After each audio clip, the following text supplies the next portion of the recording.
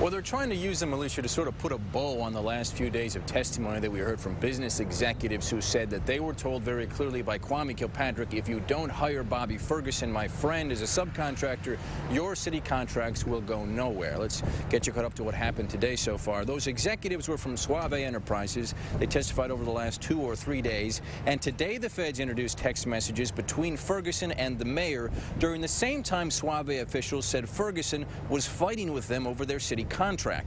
In one message, Ferguson texts Kilpatrick, "What we need to talk about is that expletive Suave."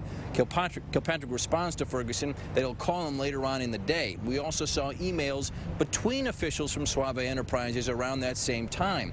The emails say that after talking to the mayor, officials at Suave learned that their contract wouldn't go anywhere, quote, until FEI is satisfied. FEI now stands for Ferguson Enterprises Incorporated.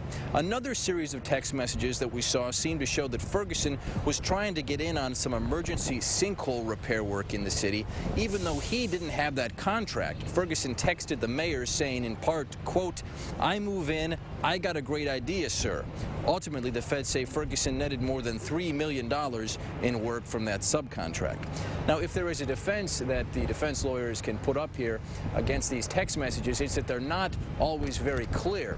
They've got a lot of typos and a lot of grammatical errors that wouldn't make an English teacher very proud, but are giving defense lawyers reason to suggest there's reasonable doubt here in what they mean. Obviously, the feds have their spin on what the Kilpatricks and Bobby Ferguson were saying back and forth to each other, and the defense has their own spin. So that discussion is going on right now. We are live blogging at WXYZ.com if you want to follow along with the rest of the day's testimony.